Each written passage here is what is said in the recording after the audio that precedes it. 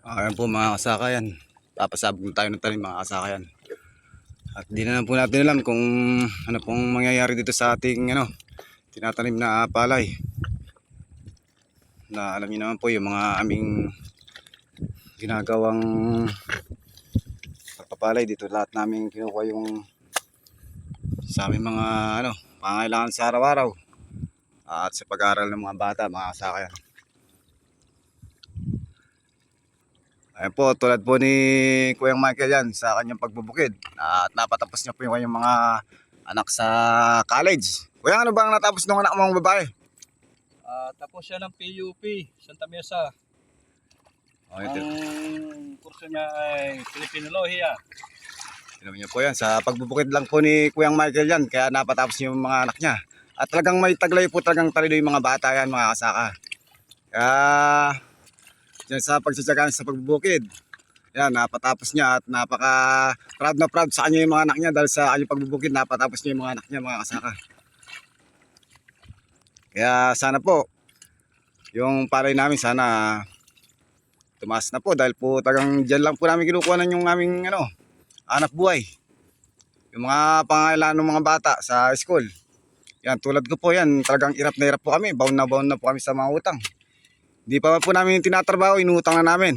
At di man po kami nakabayad ng utang. Pa ngayon po, yung amoy na baon pa rin kami.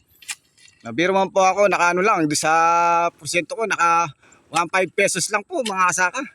Hindi ka ba maiyak niyan? Yung utang mo 20 mil, wala ka man nabayaran kahit tubo lang.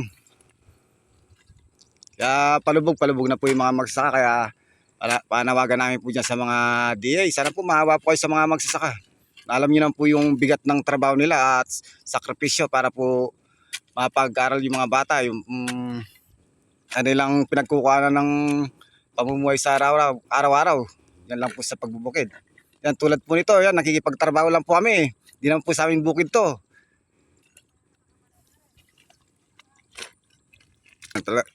Yan po talaga sobrang hirap talaga. Kaya sana po yung mga namumuno sa ating bansa, tigilan nyo na po yung bangayan. Dapat po talagang magkaisa po kayo. At alisin na po yung mga korap na yan dahil po nahihirapan po yung mga mahihirap, lalong naghihirap. Tugunin nyo na po yung mga pangangailangan po ng mga magsasaka at yung mga mahihirap. Maawa po kayo. Dahil po tao rin po kaming may isip at may hininga. Kaya sana po tigilan nyo na po yung bangayan na yan. At saka sana po yan, tutukan nyo na lang po yung pangangailangan ng Pilipinas. Yan lang po yung aming panawagan. Yan tulad namin pong magsasaka. Yan po, sana Pangulong BBM, mapapanood mo ito. Sana po, magkaisa na po kayo. Tama na po yung bangayan. Wala pong mapapala dyan. Lalo lang ito yung ginugulo yung ating bansa. At yan, hanggang dito lang po yung aming vlog. Maraming salamat po. Pakishare po para po malaman po ng ibang ating followers na yung mga kahilingan mga magsasaka ay yung pagkakaisa.